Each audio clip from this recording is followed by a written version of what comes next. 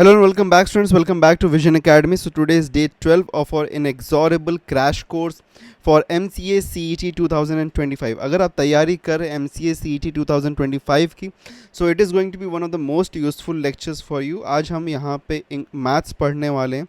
Okay, we are going to study maths, जहाँ पे algebraic polynomials को आज हम कवर अप करें, जो कि बहुत ही बेसिक टॉपिक है लेकिन बहुत ही इंपॉर्टेंट टॉपिक है आपके एग्जाम पर्सपेक्टिव से. चलिए शुरुआत करते हैं. सबसे पहली चीज़ बता देना चाहता हूँ, व्हाट्सएप और टेलीग्राम को ज्वाइन नहीं किया है तो ज्वाइन कर लेना, बिकॉज यहीं पे आपको नोट्स एंड वर्कशीट वगैरह सब कुछ मिलेंगे. So don't forget to join the WhatsApp and the Telegram group. Okay, उसी के साथ में चलिए आगे बढ़ते हैं. सबसे पहली चीज़ है कि पॉलिनोमियल्स को समझने से पहले हमको एक चीज़ समझने की बहुत ज़्यादा ज़रूरत है, वो है वेरिएबल्स, कोएफिशिएंट एंड टर्म्स. ठीक है, तो अगर हमारे पास में समथिंग एज 4x स्क्वायर दिया हुआ है तो इसमें वेरिएबल क्या है, कोएफिशिएंट क्या, टर्म. अब ये बहुत ही बेसिक हम कह सकते हैं कि सेकेंडरी या फिर हायर सेकेंडरी कंसेप्ट है, बहुत ज़्यादा ही बेसिक कंसेप्ट है, लेकिन फिर भी मैं समझा देना चाहता हूँ. अब वेरिएबल क्या होता है कि एनीथिंग जिसका वैल्यू जो है वेरी कर सकता है. इफ़ द वैल्यू वैल्यू अगर वेरी कर रहा है किसी चीज़ का तो उसको हम कहते हैं वैल्यू वेरीज, मतलब कि वो चेंज हो सकता है. वेरीज या फिर चेंजेबल हम कहें. तो अगर किसी का वैल्यू जो हो चेंजेबल है, if the value of something is changeable, तो हम उसको कह सकते हैं, हम उसको क्या कह सकते हैं, we can call it as कि वो एक वेरिएबल है. तो यहाँ पे अगर हम बात करें इन द 4x स्क्वायर, तो x जो है यहाँ पे हमारा ये वेरिएबल है. ओके, उसके साथ में जो हमारे पास में एडजॉइनिंग नंबर जो कि मल्टीप्लाई या डिवाइड होता है वेरिएबल के साथ में, उसको हम कहते हैं कोएफिशिएंट. तो यहाँ पे मल्टीप्लाई डिवाइड होने वाला कौन सा नंबर है, तो मल्टीप्लाई डिवाइड होने वाला नंबर जो हमारे पास में दैट इज़ 4. तो ये मल्टीप्लाई हो रहा है, राइट. इनकेस अगर हमारे पास में x/4 होता तो यहाँ पे 4 ये कोएफिशिएंट बनता, लेकिन यहाँ पे एग्जैक्टली कोएफिशिएंट की अगर हम बात करें तो 1/4 होता, बिकॉज 1/4 मल्टीप्लाई हुआ है x से. ओके, तो 1/4 हमारा कोएफिशिएंट है. Okay, clear out. तो जो भी नंबर मल्टीप्लाई या डिवाइड हो रहा है वो हमारे पास में कोएफिशिएंट बन के मिलता है. तो यहाँ पे हमारा 4 जो है ये हमारा कोएफिशिएंट है. ठीक है, ये हमारा कोएफिशिएंट यहाँ पे है अवेलेबल. अब ये जो वेरिएबल है इसका एक पावर भी है. ओके, तो इस वेरिएबल को रेज्ड टू समथिंग लिखा गया है, तो ये हमारा बनता है पावर. ठीक है, दिस इज आवर पावर, या फिर इसको हम एक्सपोनेंट भी कह सकते हैं. Okay, we can also call it as an exponent. और जब इन सभी चीज़ों को हम कंबाइन कर देते हैं together, everything combined together is called as everything combined together is called as a term. Okay, very clear. तो सब कुछ को जब एक साथ में हम कंबाइन कर देते हैं तो उसको हम कहते हैं टर्म है ये. ओके, अब आगे बढ़ते हैं. तो टर्म्स जो होते हैं, टर्म्स का कॉम्बिनेशन फॉर्म करता है. Combination of the terms form expressions.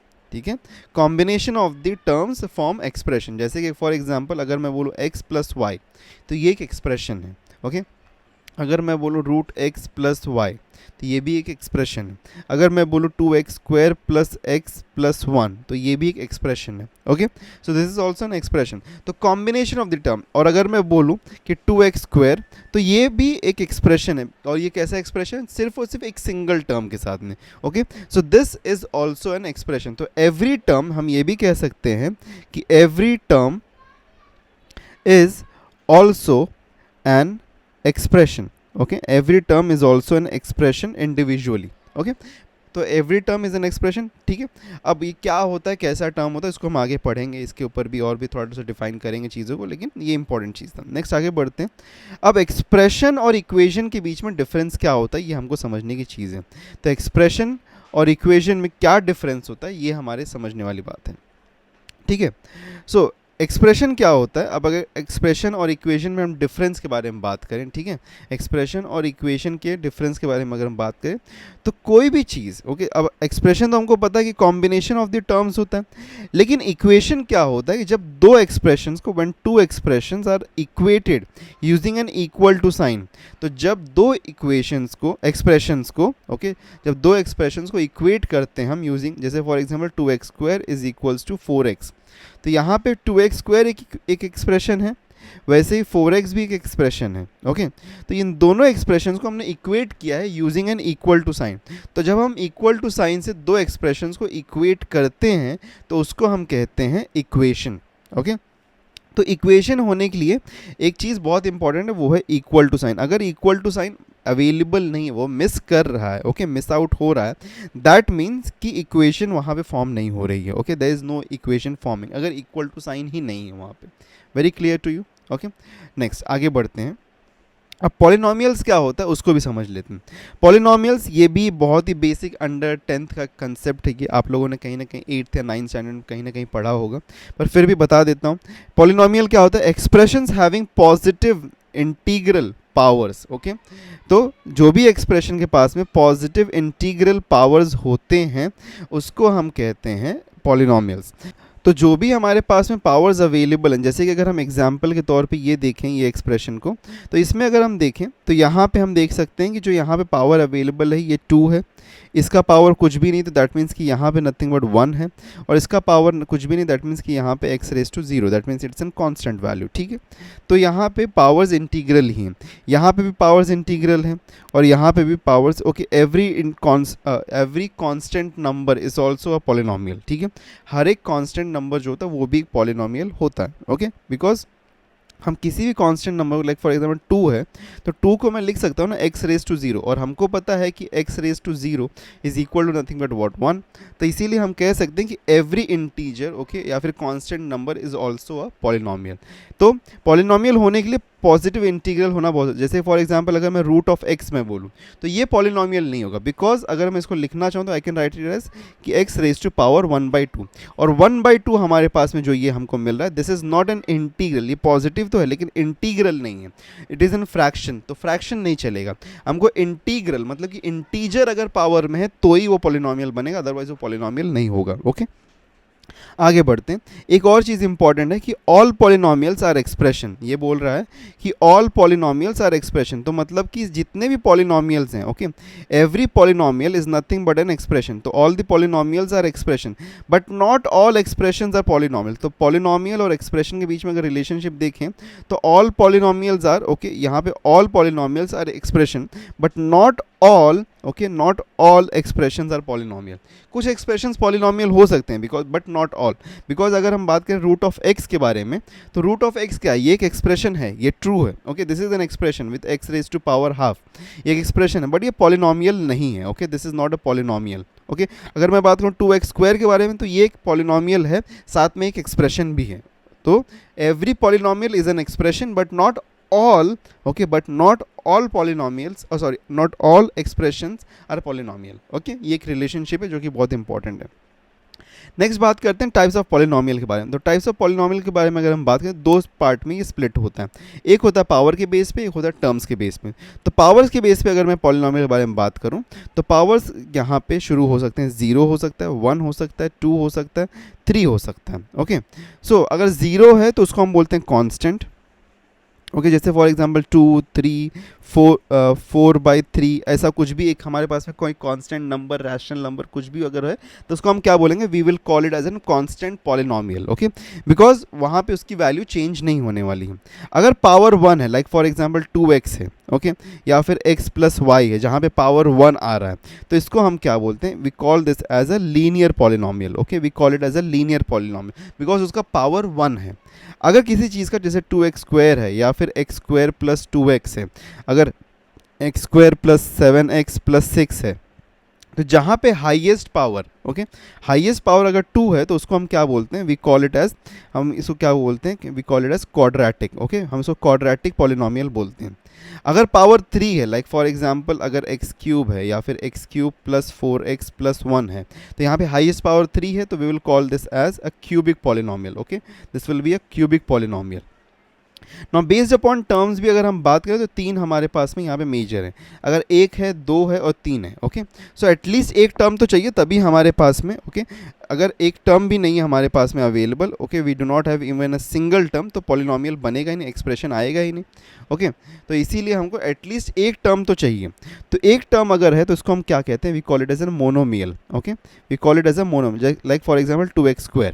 तो ये टर्म भी है और साथ में एक्सप्रेशन भी है और पॉलिनॉमियल भी है। क्यों? बिकॉज यहाँ पे सिर्फ और सिर्फ एक सिंगल टर्म इन्वॉल्व है। तो अगर सिर्फ और सिर्फ एक टर्म है तो मोनोमियल बन जाता है, 2 अगर है तो उसको हम क्या बोलते हैं? बाइनॉमियल, ओके, ये आप लोगों को पता ही होगा, और 3 है तो उसको हम क्या बोलते हैं? We call it as an trinomial, okay. So these are the most basics one कि जहाँ पे आपको ज़रूरत पड़ सकती है, मे बी इसके बेस पे कुछ क्वेश्चन आने का चांसेस तो बहुत ही लीस्ट है, लेकिन फिर भी बता दे रहा हूँ फॉर योर इन्फॉर्मेशन, ठीक है। चलिए आगे बढ़ते हैं। डिग्री ऑफ पॉलिनॉमियल, अब हमने समझ लिया डिग्री ऑफ द पॉलिनॉमियल क्या होता है। Highest integral power of a variable in a polynomial is called as the degree of the polynomial. जैसे अगर मैं बात करूँ यहाँ पे 5x cube plus x raise to 7 plus 2, तो यहाँ पे x रेज टू 7 जो है, ओके, ये जो हमारे पास में x रेज टू 7 जो है, ये हाईएस्ट पावर अवेलेबल है इस पॉलिनॉमियल में, राइट। यहाँ पे क्योंकि 3 है, यहाँ पे तो 0 है, ओके। तो हाईएस्ट पावर जो अवेलेबल दैट इज 7, तो यहाँ पे जो हाईएस्ट पावर अवेलेबल है वो 7 है, तो यहाँ पे पावर या फिर डिग्री ऑफ द पॉलिनॉमियल के बारे में अगर हम बात करें that will be equal to 7, ठीक है। तो डिग्री ऑफ द पॉलिनॉमियल यहाँ पे हमारा 7 है। क्लियर है ये चीज़। अच्छा, अगर मैं बोलूँ कि x Y plus of 2x, तो इसका डिग्री क्या होगा? Okay, x Y plus 2x का डिग्री क्या होगा यहाँ पे, क्या हम बता सकते हैं? तो देखो, अगर इसका डिग्री मुझे चाहिए तो एक चीज़ मुझे दिखाई दे रही है कि यहाँ पे तो पावर 1 है, इस x का पावर 1 है, इस y का पावर 1 है, लेकिन ये x और y मल्टीप्लाइड है। तो x और y क्योंकि यहाँ पे मल्टीप्लाइड हैं, okay, x and y are multiplied, तो हम कह सकते हैं कि x इंटू वाई हो रहा है। दैट मीन्स कि अगर कभी किसी कंडीशन में x इक्वल टू वाई हो जाएगा, तो मैं इसको लिख सकता हूँ कि x इंटू एक्स, तो दैट मीन्स कि ये एक्स स्क्वायर हो जाएगा। और मैं इसको ये भी लिख सकता हूँ कि y into y, that means कि ये वाई स्क्वायर हो जाएगा। तो दिस इज़ द रीज़न कि यहाँ पे पावर्स को हम ऐड कर देते थे। अगर दो वेरिएबल मल्टीप्लाइड है तो उनके पावर्स को ऐड करके हमको हाईएस्ट पावर मिलता है, तो उसको ऐड करेंगे तो 2 मिलेगा। दैट मीन्स कि इस पॉलिनॉमियल का हमारा हाईएस्ट पावर जो है वो 2 है, ओके। वैसे अगर मैं बोलूँ यहाँ पे 3x square y plus of x raise to 2 into y raise to 3, तो इसका क्या होगा हाईएस्ट पावर, ओके। इसका डिग्री क्या होगा? देखो, यहाँ पे भी मल्टीप्लाइड है, यहाँ पे भी मल्टीप्लाइड, तो यहाँ पे 2 है, यहाँ पे 1 है, तो 2 प्लस 3 कितना हो, ये 3 हो जाएगा। और यहाँ पे 2 प्लस 1 यहाँ पे 3 हो रहा है, एंड 2 प्लस 3 यहाँ पे 5 हो रहा है, ओके। तो इसका हाईएस्ट पावर क्या हो जाएगा? Degree of the polynomial will be 5, because यहाँ पे इन दोनों का x एंड y का ऐड करके 5 हो रहा है, इसलिए डिग्री ऑफ द पॉलिनॉमियल यहाँ पे हमको 5 मिल जाता है, okay. Very clear to you. चलिए आगे बढ़ते हैं। नेक्स्ट, वैल्यू ऑफ पॉलिनॉमियल के बारे में बात करते हैं। वैल्यू ऑफ पॉलिनॉमियल का मीनिंग होता है कि अगर हम किसी भी पॉलिनॉमियल को, लाइक फॉर एग्जांपल हमारे पास में X square plus 3x plus 2 हमारे पास में ये पॉलिनॉमियल दिया हुआ है, ओके। और यहाँ पे px की value, okay, it is said that कि px का वैल्यू हमारे पास px is equal to this polynomial. तो px is nothing but it means to say that कि polynomial, okay, polynomial in x, okay, polynomial in x is equal to this thing, okay, that is x square plus 3x plus 2। तो अगर मुझे यहाँ पे polynomial in x का value चाहिए for x equal to 2, तो मैं क्या करूँगा, px की जगह पे p ऑफ 2 कर दूंगा। तो p ऑफ 2 अगर जैसे मैं करूँगा तो जहाँ जहाँ भी x की वैल्यू है, वहाँ जहाँ जहाँ भी x हमारे पास में, उन सब जगह पे 2 सब्स्टिट्यूट हो जाएगा। तो दैट मीन्स कि यहाँ पे 2 को सब्स्टिट्यूट किया तो 2 square plus of 3 into 2 and plus of 2, तो यहाँ पे क्या हो जाएगा, 2 का square 4, 4 plus 3 2 6 and 6 plus 2 is, तो 4 plus 6 is 10 and 10 plus 2 is 12। तो दैट मीन्स p ऑफ 2 का वैल्यू यहाँ पे फॉर x इक्वल टू 2 क्या हो जा रहा है, 12 हमको यहाँ पे हमारा आंसर मिल रहा है, ओके। क्लियर है चीज़, that is called as the value of the polynomial. अब इसके बेस पे क्वेश्चन आ सकते हैं, okay, there is an very good high chance कि जिसके बेस पे क्वेश्चन आ सकते हैं। नेक्स्ट आगे बढ़ते हैं। Zero and factor of polynomial क्या होता है? ये भी 9th स्टैंडर्ड कंसेप्ट है समवेयर। तो जीरो या फैक्टर ऑफ पॉलिनॉमियल क्या होता है? अगर हमारे पास में हम कोई भी एक वैल्यू को सब्स्टिट्यूट करें, ठीक है, कोई भी एक वैल्यू को p ऑफ x में सब्स्टिट्यूट करें और उसके बाद में अगर हमको आंसर 0 आता है, ठीक है, अगर हमको आंसर 0 मिलता है, दैट मीन्स कि हम कह सकते हैं that given number is a factor और 0 फॉर द पॉलिनॉमियल। जैसे कि अगर मैं यहाँ पे x इक्वल टू -2 को देखूँ, तो x इक्वल टू तो p ऑफ -2 अगर मैं करूँ तो यहाँ पे -2 का स्क्वायर हो रहा है plus of 3 into -2 and plus of 2, तो इसका ये कितना हो जाएगा, 4, 4 प्लस 3 2 6 एंड -6 होगा ये, तो यहाँ से प्लस साइन हट जाएगा एंड प्लस ऑफ 2, तो 4 plus 2 is 6 and 6 minus 6 is equal to 0। That means कि x equal to -2 is a 0 और a factor of the polynomial, okay. तो इसका फैक्टर अगर मुझे चाहिए तो मैं क्या कर सकता हूँ, यहाँ पे -2 को इस साइड लेके जाऊँगा, ओके, तो क्या हो जाएगा, x प्लस 2 हो जाएगा, दैट इज इक्वल टू 0। तो x plus 2 is the factor for the given polynomial, ये हमारा फैक्टर हो गया। और x माइनस 2 के लिए यहाँ पे x इक्वल टू -2 के लिए यहाँ पे जो हमको मिल रहा है दैट इज अ 0, ओके, तो हमको 0 मिला, तो I can say -2 is a 0 for the polynomial, okay. So next topic में अगर हम देखें यहाँ पे, तो रिमाइंडर थ्योरम। अब कई बार हमको एक पॉलिनॉमियल को डिवाइड करना पड़ता है एक गिवन पॉलिनॉमियल से, और वहाँ पे हमको रिमाइंडर चाहिए होता है। तो अगर हमको हमारे पास में p of x equals to x square plus 3x plus 2 दिया हुआ है और हमको डिवाइड करना है उसको x प्लस 3 से, और इसका हमको रिमाइंडर चाहिए, तो हम क्या करेंगे, सिंपल तौर पे x प्लस थ्री को इक्वेट कर देंगे 0 से, जिसकी वजह से हमको क्या मिल जाएगा, x इक्वल टू -3 मिल जाएगा।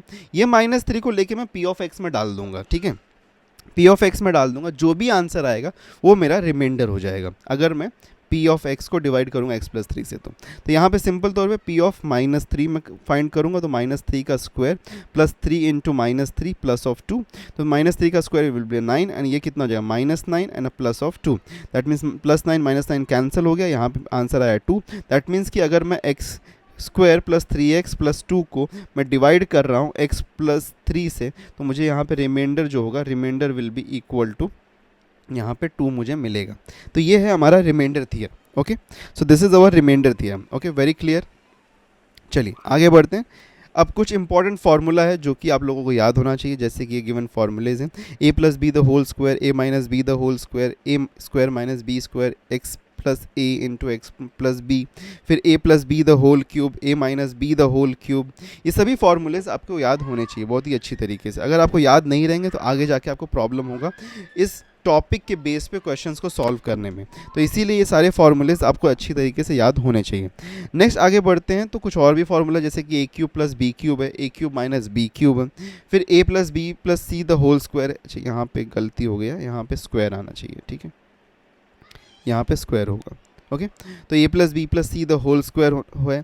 फिर एक हमारे पास में जो 10th वाला फार्मूला है ना, इसको स्टार मार्क फार्मूला कर लो, ठीक है, बिकॉज बहुत सारी जगहों पे आपको ये यूज़ आएगा। ओके, एंड डायरेक्टली यूज़ आएगा, जो कि है a cube plus b cube plus c cube minus 3abc the whole upon a square plus B square plus C square minus ab minus b c and minus ac, ठीक है।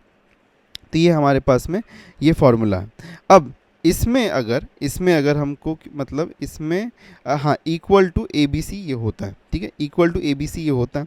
अब इसमें अगर in case अगर इसमें हमारा इसमें a plus b plus सी का ये वैल्यू जो ये हमारे पास में दिया हुआ ये इक्वल टू 0 हो जाए, तो अगर ये 0 हो जाएगा तो डिनोमिनेटर जो है कम्प्लीटली अगर on to the right hand side आएगा तो ये मल्टीप्लाई बाय 0 के 0 हो जाएगा। दैट मीन्स कि हमको क्या मिल जाएगा, a cube plus b cube plus c cube minus of 3abc equal to 0 मिलेगा।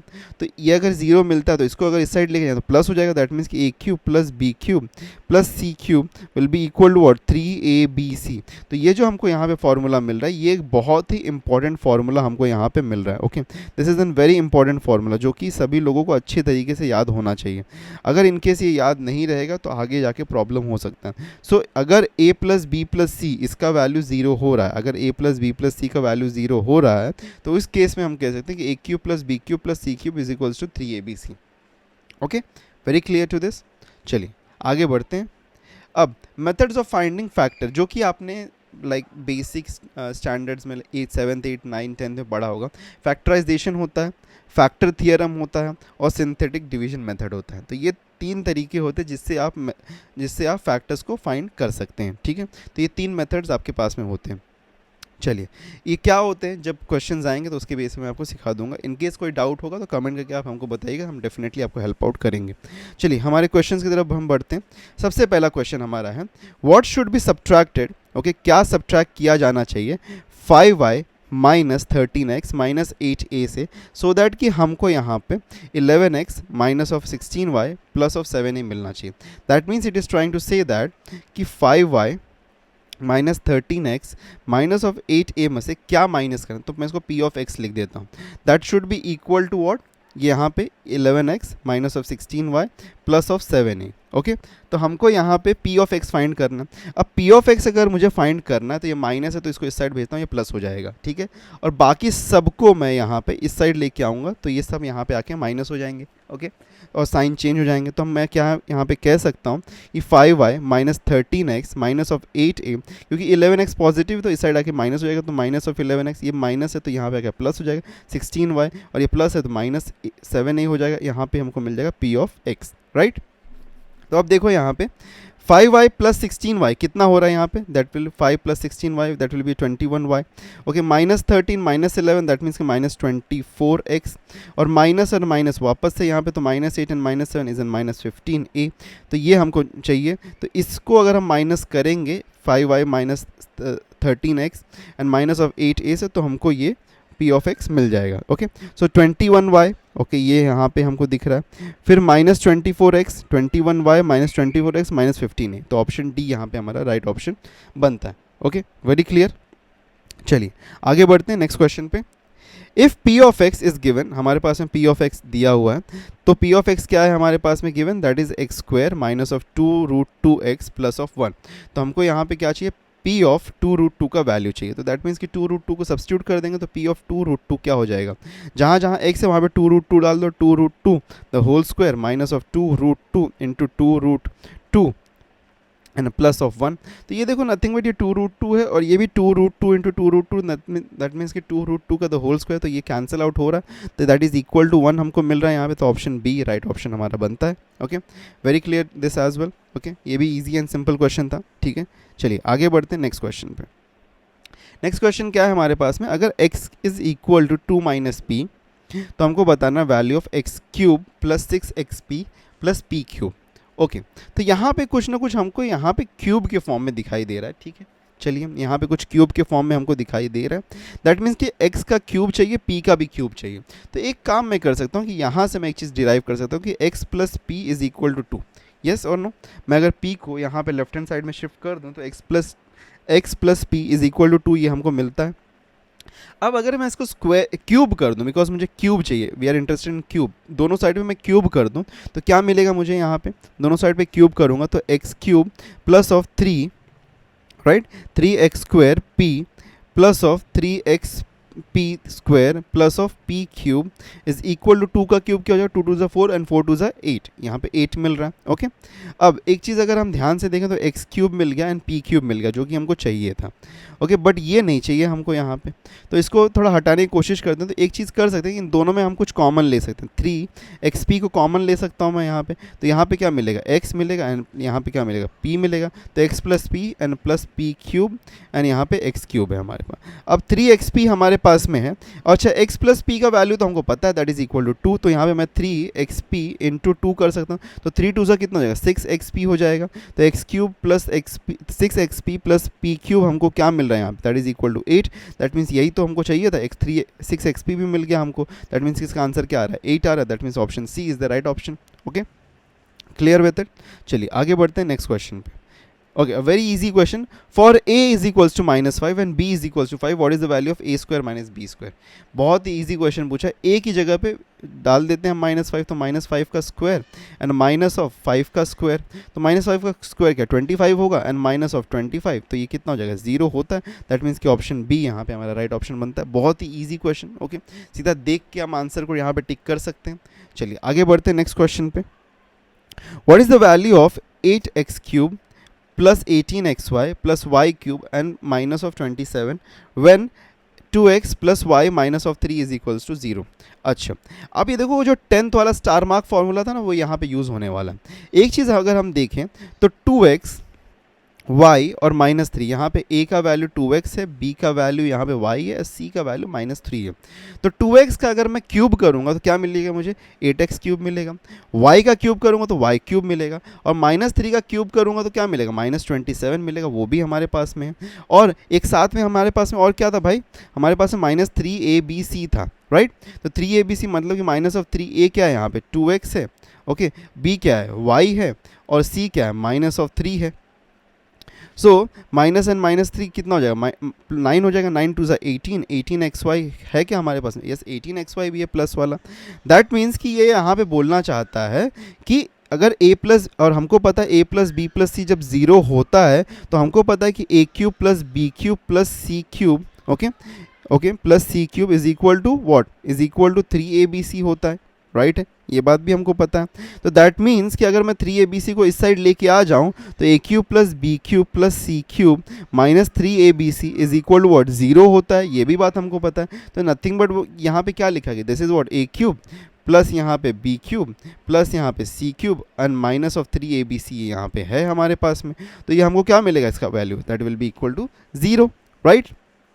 सो इसीलिए मैंने कहा था वो 10th वाला जो formula that is in star mark formula, जो कि आपको याद होना चाहिए और बहुत सारी जगहों पे वो आपको यूज़ भी हो जाएगा, ठीक है। चलिए आगे बढ़ते हैं नेक्स्ट क्वेश्चन पे। What is the square root of the following? तो square root of the following हमको बताना है। अब स्क्वायर रूट अगर चाहिए तो हमको क्या चाहिए, यहाँ पे ये जो हमारे पास में क्वाड्रेटिक पॉलिनोमियल है इसका हमको फैक्टर्स चाहिए और साथ में इसका भी फैक्टर चाहिए। तो अगर मैं x square minus of 14x and plus of 49 को यहाँ पे इसका मैं फैक्टर्स ढूंढने की कोशिश करूँ यूजिंग द मिडिल टर्म को स्प्लिट करके फैक्टराइजेशन मेथड को यूज़ करके, तो फैक्टराइजेशन मेथड अगर मैं यहाँ पे यूज़ करूँ तो मुझे 49 के लिए दो फैक्टर्स चाहिए जो कि ऐड होने पे 14 दें और साथ में और साथ में मल्टीप्लाई होने पे 49 दें। तो क्या हो सकता है? तो अगर मैं देखूं तो 7 7 ज़ा 49 होता है और दोनों को अगर मैं नेगेटिव ले लूँ तो मल्टीप्लाई होकर प्लस मिल जाएंगे तो प्लस 49 होता है।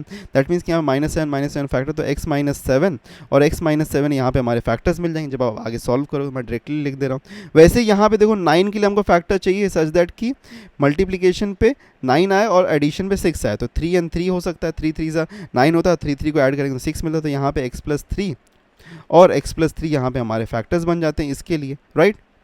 ये हमारे फैक्टर्स बन जाते हैं।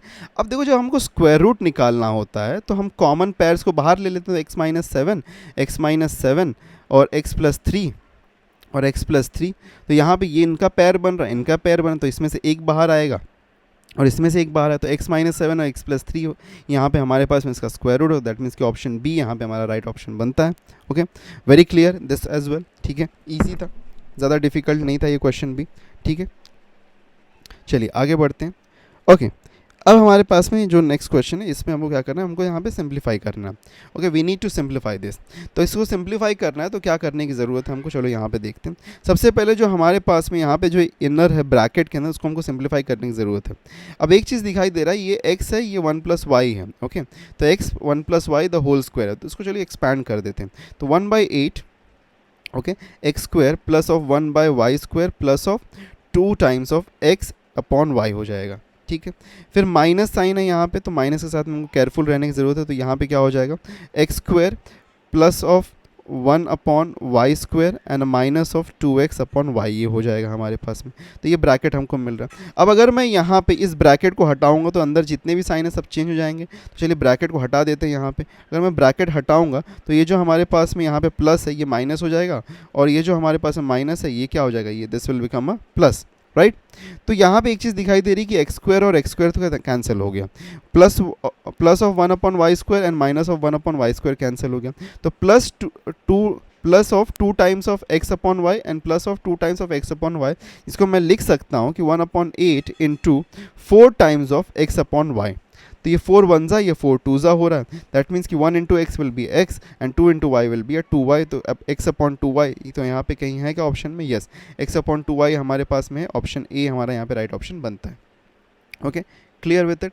चलिए आगे बढ़ते हैं, नेक्स्ट क्वेश्चन देखते हैं।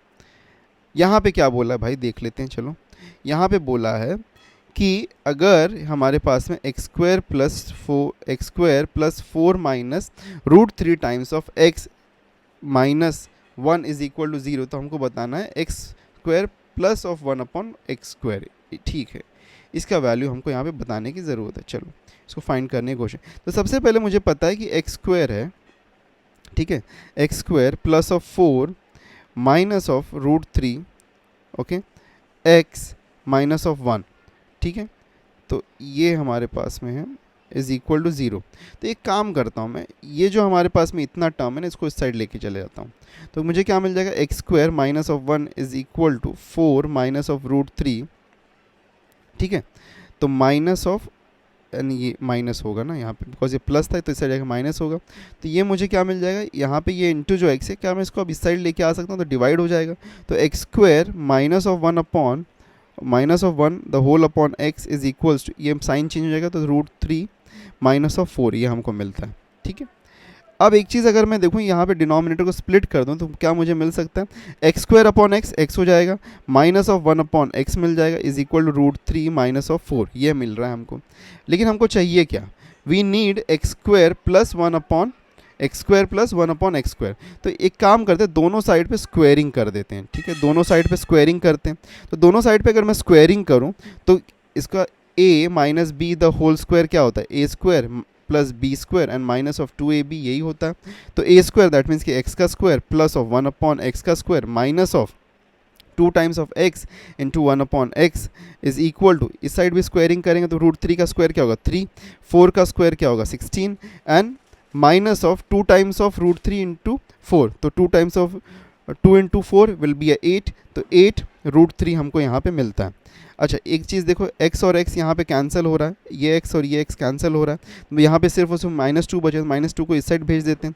तो 3 + 16 and minus of 2 that means 3 + 16 19 and -2 इस साइड आ रहा है, तो इस प्लस हो जाएगा, तो प्लस अगर होता है तो this will become 21 and minus of 8 √3 ये मिलता है। तो X square plus of 1/x square का वैल्यू क्या है 21 माइनस 8 √3, तो 21 माइनस 8 √3 है क्या 21 माइनस 8 √3, ऑप्शन सी यहाँ पे राइट ऑप्शन हमारा बन रहा है। ओके क्लियर है ये चीज़ भी। चलिए आगे बढ़ते हैं नेक्स्ट क्वेश्चन पे।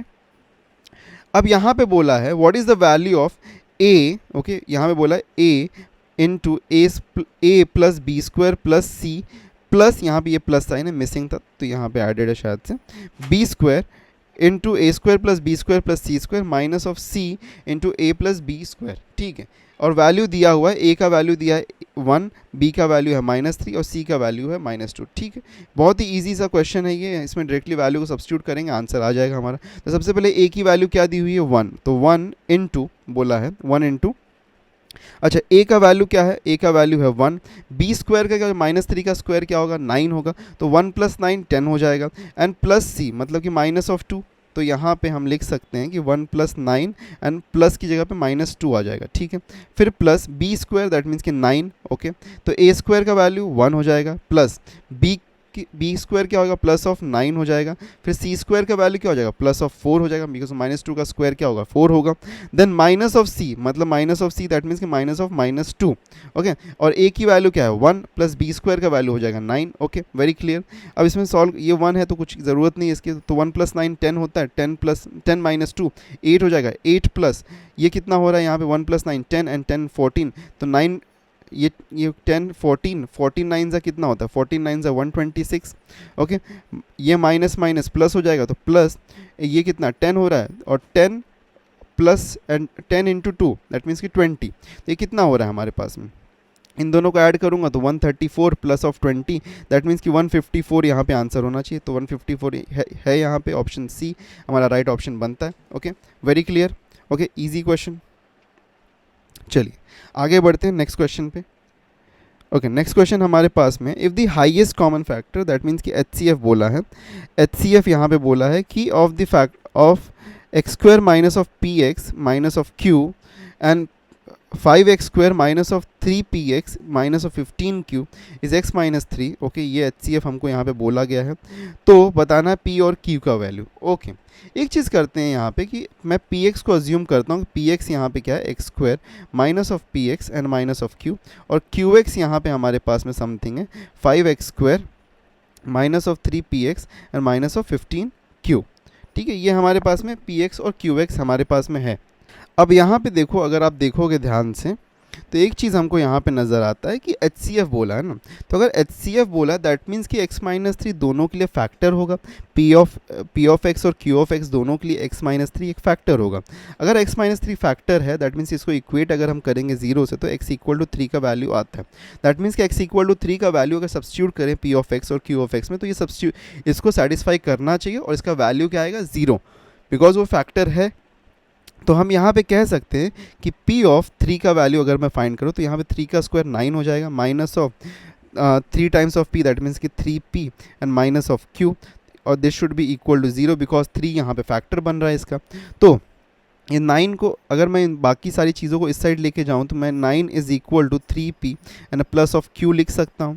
उसी तरीके से अगर मैं Q ऑफ x में सब्स्टिट्यूट करूँ तो Q ऑफ 3 क्या मिलेगा हमको, यहाँ पे Q ऑफ 3 क्या मिल सकता है 5x² तो x की जगह पे 3 डालें तो 9 एंड 9 का 9 multiplied by 5 is an 45 minus of यहाँ पे 3 टाइम्स ऑफ ओके 3, ओके वापस से x के साथ में हम 3 डाल देंगे यहाँ पे, तो 3 3 ज़ा 9 तो माइनस ऑफ 9P आ जाएगा।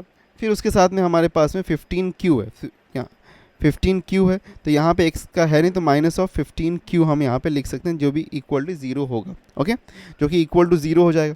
वापस से हम इन सबको यहाँ पे इस साइड शिफ्ट कर देंगे तो हमको मिल सकता है what 945 is equal to 9P plus of 15Q। तो अगर इसको मैं रेड्यूस कर दूँ यूजिंग द टेबल ऑफ 3, तो मुझे मिल सकता है 15 is equal to 3P and a plus of 5Q। ठीक है, अब हमारे पास में यहाँ पे एक इक्वेशन पहले से था जो कि कह रहा था कि 9 is equals to 3P and a plus of Q। तो अगर मैं इसको सब्ट्रैक्ट कर दूँ तो यहाँ पे P और P को एलिमिनेट कर सकता हूँ, तो ये कैंसिल आउट हो जाएगा, will get an 6 and 9 5 minus of 5 minus यहाँ पे हमारे पास में 5 minus 1 is equals to what 4Q। तो 4Q मिल रहा है, दैट मीन्स कि Q is equals to what, Q यहाँ पे इक्वल हो जाएगा 6/4, that is equal to Q is equals to 3/2। तो Q का वैल्यू हमको 3/2 मिल रहा है, और 3/2 कहाँ पे, यहाँ पे सिर्फ एक ही जगह पे अवेलेबल है 3/2, दैट मीन्स कि ऑप्शन सी हमारा यहाँ पे राइट ऑप्शन बनता है। ठीक है, क्लियर। चलिए, these were the all questions जो कि हमारे पास में थे आज के लिए। ओके, और क्वेश्चंस के लिए आपको वर्कशीट मिल सकता है। वर्कशीट आपको कहाँ पे मिल जाएगा, you can get the worksheet, जो कि आपको व्हाट्सएप और टेलीग्राम पे मिल जाएगा। तो ज्वाइन कर लीजिएगा व्हाट्सएप एंड टेलीग्राम ग्रुप को, वहाँ पे आपको वर्कशीट मिल जाएगा, साथ में नोट्स मिल जाएगा, नोटिफिकेशन अपडेट्स मिलते ही रहेंगे। So meet you in the next lecture, till then take care and good bye.